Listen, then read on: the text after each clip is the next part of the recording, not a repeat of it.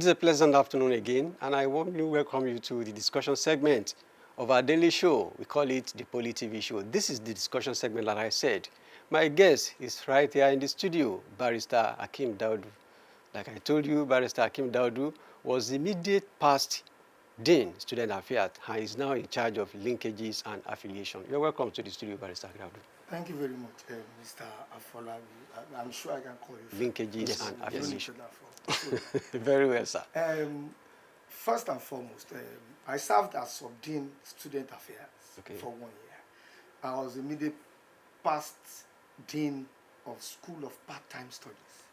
And that's why I think management deemed it fit that I should go to Linkage because it's still the same external programs, if you want to put it like that. But before we go into the nitty-gritty, let me salute your courage in staying dogged to your dreams of actualizing this station. Thank you very much. We thought it was something that could not be done, but you and your team have done a yeoman's job, and all of us are glad. And we look at your programs and we say, well, we are getting right there. So kudos to you. With God, all things are possible. Yes, I am glad to be here. I'm delighted to be here. Thank you very much to be a part of history. Thank you for that warm messages to us. We are very, and we won't take it for granted, sir. Now, before we go into details of why you are here, because I want you to come and tell us about linkages and affiliation. You said you were the dean. Of course, you are the dean, Student Affairs, and Sub-Dean Student Affairs. Okay. Dean School of Part-Time Studies. Dean School of Part-Time Studies. Whether that or the Dean Student Affairs, I know you are very close to the student then. You are very close to the student. At least your office, your position then brought you very close to the student. Yes. And you were considered as the father of all of them. You are really the father figure. How was your experience like there? Thank you very much. I've had a checkered history on this campus, in this institution. And mostly for good anyway, because you keep learning every day. And every minute is a new experience, which adds your knowledge. And which entitles you, to live life better with a structure, which adds your knowledge. When I was thrust into the world of direct administration of students, I was not prepared. All I had were informal relations with students, Maybe I was amenable to students because I've always said I enjoyed my studentship and I expect every student to enjoy. Pedagogy is something that you should enjoy and that it impacts on you for life. So when I got to the Student Affairs as Sub-Dean, sometime in 2018, the first thing I told my dean then was that we should not administer students as if we are regimented. We should administer them as part of the progressives, because the essence of it is to move this institution forward in all ramifications. And they are an integral part of it. So the first thing we did, we abhor indecent dressing and indecency in all forms and manners, because it says that the appearance molds the character. Exactly. So what I suggested was that, look, at the gates, when students are coming in and we're checking whether they are fit and proper to come for their lectures, whether they are fit and proper to enter the school, and then we present our image in that manner to come. Let us inculcate the habit of inviting the students themselves. How do we do that? They have a union. Those are their leaders and representatives. So the first thing I did was to have a roster of student union executives that would join on a daily basis at the gates of the school to check whether their contemporaries and their peers and classmates were proper and fit to enter the institution. It saved a lot of crises. The student knows that it was not a staff, it was not this that said we don't mind that man, it doesn't like it was one of them. Exactly. So that was in fact, they came to say thank you later because they were an integral part of the administration. Then the next thing was that we had zero tolerance for any victimization of our students. The next thing was that we are in loco parentis today. When students come here, our own mindset is not that these bad children of this generation have come. No. we at Federal Polytechnic Laro say that, okay, our children are now back on campus. So we take effective charge. We look at the totality of their lives to make it better. Because the climb from which we got our jurisprudence in terms of pedagogy and education always say that students are you are supposed to make a student succeed at all costs, not find their faults. So even when the student is defective from home, either in morals, either in brain matter, the mental faculty, you are supposed. That's the reason why they pay for them to come to school. You are supposed to change their mindset. So, and I'm glad that at that time we had no crisis whatsoever. So that is that. From there, I moved to the directorate of. I moved to the School of Part-Time Studies. It was just, I think it was just more of an elevation from a subdean School of Part-Time Studies students. So the first thing I did was, I didn't think of how high I was as a dean. I made sure I took 1 or 2 courses in part-time. You can only feel where the shoe pinches if you wear the shoe. So I made sure that I could flow with them in class. What are your problems? What are your what do you call convictions? What are your challenges? So when you teach them and then you make the art of pedagogy so amenable to them, they open up. So when they open up to you, they tell you what you are supposed to go and use a lot of brain racking to discover. No. That course, it's not good at all. What do you mean by it's not good? Lecturers when they say that, you know that they have issues with that particular course. You now cajole them. What is it? So that you can now go to the other person, look, this thing you are doing. And then a linkage is just an advanced form. But we are not dealing with. I must say that those methodology that you adopted really worked for you. Yeah. And we are hearing stories, we are hearing feedbacks, and it may not get to you, but you did well. Thank you very much. You did well. Thank you. Now let's go to your present official duties. Okay. We call it top up. Yes. That is the quickest way for people to understand it. Why would anyone want to do top up? Thank you very much. You see, it is it's a topic that is fraught with a lot of how would I put it? A lot of vitriolic overtures, a lot of sad, sad, how would I put it, rendition of events. Top up is not supposed to really exist as a matter of necessity, because I did my master's in the UK on the TED Fund program, and in fact, by the way, I wonder why people say people are sponsored abroad so that you can come back and impact on your nation and everything, and then you end up running the Japa syndrome. To me, it is a disease. It's something that has to do with mental instability. Why would I stay there when you sponsored me? So I enjoyed the TED Fund program.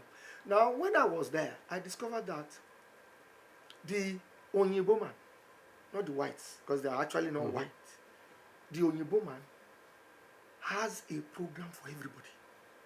No matter your actually not white strength, no matter your weaknesses, when you bring your has a program, the Onyibo man has where he's going to place you to get to where you want to get. So we should have fathomed that out into our curriculum. To say, but the dichotomy we should is, don't let me use a word, it's sad. Don't let me use the word sardonic. It's sad because you wonder why even a person, don't let me use the word sardonic, to a polytechnic would discriminate against polytechnic graduates and products in its organization. The word sardonic. It simply doesn't make any sense. Now we have struggled, we have done. The polytechnic sector is a very it simply doesn't make any sense. We are the ones that are saddled with producing technological innovations to drive the national development. And when you are discriminated upon, even in terms of funding, funds are like, okay, these funds are supposed to get here. We do a lot of memos, proposals.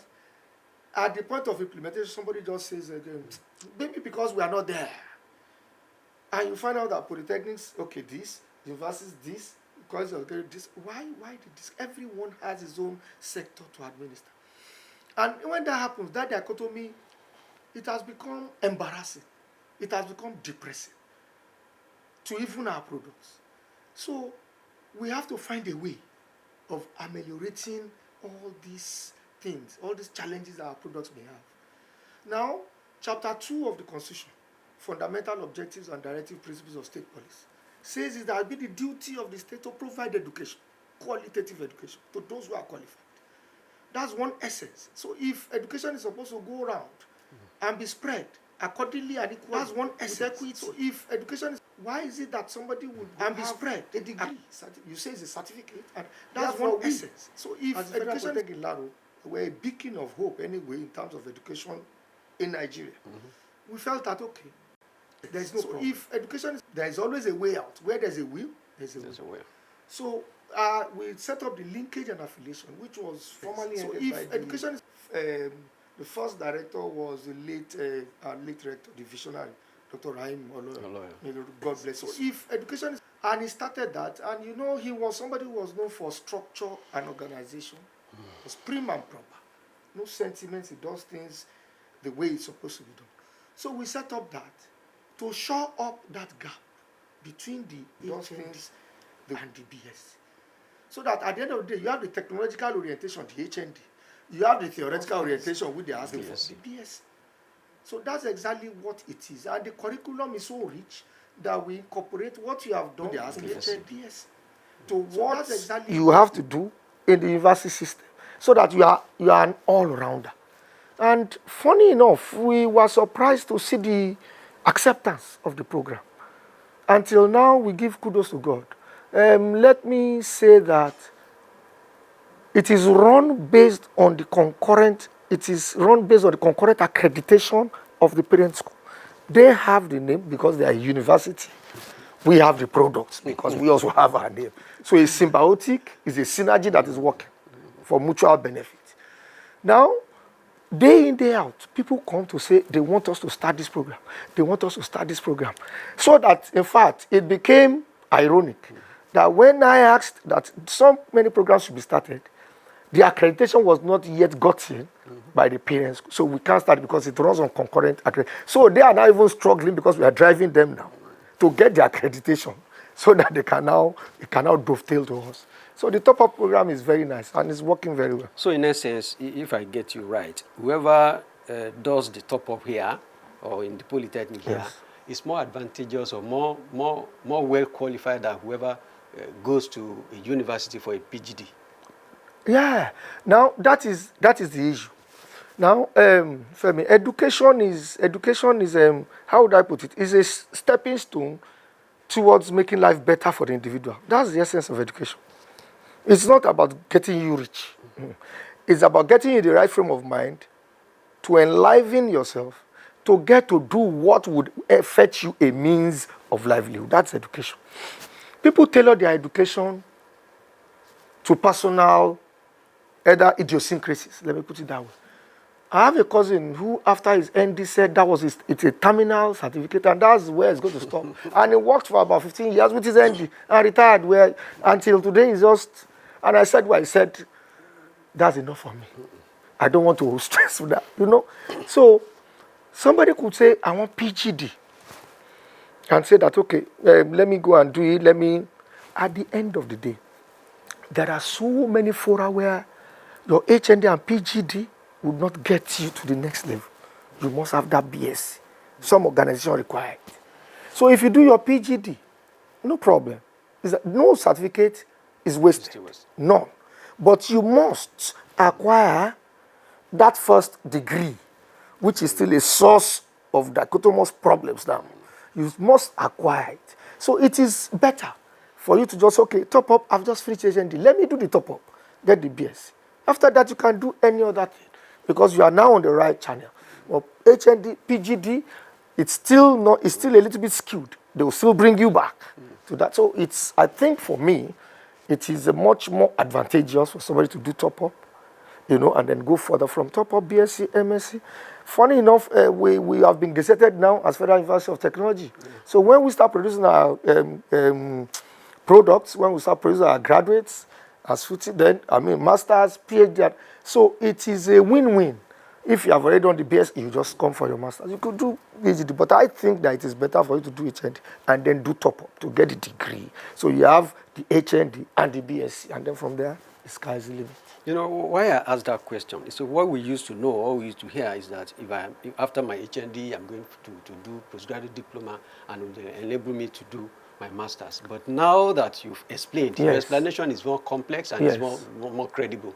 Whoever wants to aspire, at least more in life educationally, come and do your top up. Exactly. If you are a HND graduate, come and do your top up before you. Simple. In fact, the funny thing is that the PGD was sought after so vehemently because of the problem of dichotomy. But top up has solved that. So you don't need to go and do PGD. I'm going to PGD because I want to acquire university degree. No. Just acquire the degree in less than 2 sessions. The academic calendar is stable, and then you're on. The problems of this dichotomy is deeply rooted in Nigeria, and it has affected very many things. Very many organizations are now at loss. They don't know what exactly to do. Year in, year out, successful administrations have paid lip service to ending this dichotomy. Even this present administration has said, okay, they want to end this dichotomy. Let me ask you. Okay. How do you think we can move away from this kind of milieu, this dichotomy? Because even with your top up and whatever, people will still find way of maligning you somehow. That the background was HND. Yeah. You even find out that immediately they have top up, they jettison the ND and the HND. You don't even see it in their CV. So how do we move forward? A cousin of mine wrote a CV for me to submit for her, whom I partially sponsored through HND, and didn't put the HND there because she had already gotten BSc in the top. And I asked her, why? And she said, is it necessary again? I said, you see, that's the foundation of your technological orientation. So let me be very blunt. Where there's a will, there's a will. It's just a political will. There are successive legislations. In fact, last year, it was also successively legislated upon that dichotomy has ended.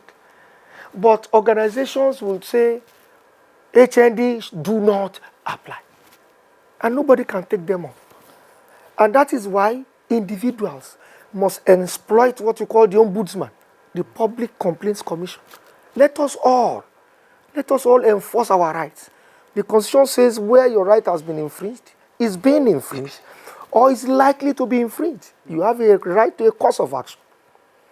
So it is not an under the tree discussion. It is not a beer parlor discussion. It's a discussion based on concerted efforts of all of us. It's a collective thing. That all of us must rise up to enforce our rights. And look, there are legislations that say there should be no discrimination. Unfortunately for us, nobody wants to bail the cat. Because if you bail the cat, you are a rebel. Instead of being a visionary, you are labeled to be a rebel. So everybody believes that, well, there are hopes that one day someone will get there who will be able to do this. Those that are now speaking up are speaking up oxymoronically in silence. When you speak up where we are discussing, you see, if this thing is and somebody is coming, well done, sir. There's no problem, sir. We are speaking up and we are not speaking up. It's all motion and no movement. But I believe that with the recent thrust of awareness in all spheres of life in Nigeria, the renewed dope agenda is lovely. And I think it's permeating through every sector. I think that we are going to enforce the regulations preventing dichotomy in no distant time. Maybe when that is done, candidates, students exiting secondary school will be proud to choose polytechnics as their first choice of school to attend, because you can find out that many of those who come to polytechnic do so because they couldn't find their easy means into getting to universities. And within what we were discussing, even the lecturers in polytechnics, all of them are products of universities. So maybe if they are shunning out products and their products cannot or looks very inferior in the labor market, so what are we talking about? I understand where you are coming from. And you see, it even goes deeper than that. In the polytechnic sector, the scheme of service will tell you that an HND graduate will be placed lower than university in the polytechnic sector. The polytechnic sector is not allowed to engage in promotional exercise based on the mandate of the polytechnic. I have always advocated for it. I'm in general studies because I'm a lawyer. So I'm not in the nitty-gritty of we are necessary evils, let me put it that way. Because we have to service the whole. I have said that if I were to be there in the management, in non-management of the institution, in the management at that level of polytechnic education, I would ask why the criteria for promotion is the same as if you are a theoretical based way. If the architect can give me drawings of buildings he has done and that are being used now, which have been commissioned, I think he should get a score on it. Apart from writing a paper published on the mode of architecture in green landscape, a do and do, that's theory. Now, the issue is that it's a cyclical thing. We have to start from to change everything so that the system. It's going to take time. It's going to take time. I agree. But I know a polytechnic where the new rector said, look, you cannot be products of this school and then you'll be lesser than products of other schools. And then they are lecturers. Yes, at the point of entry, they are giving cadre, lecturer cadre. You go and upgrade yourself, but they are giving lecturer cadre. It has started. It's a thing that will gain momentum. Because our own products will get tired one day and we'll go and hold a consultative assembly somewhere and say, look, we have had enough of this. And if they can do that within the ambit of the law, it's okay. So I think we'll get it. Will take time. It may. Let me be very circumspect. It may take time, but I think we'll get there. Okay, let's leave that a little bit and talk more about what you do presently. How robust is the linkage and affiliation department? Yes, very good. You would not believe we have about, I think we should have about 18 departments now.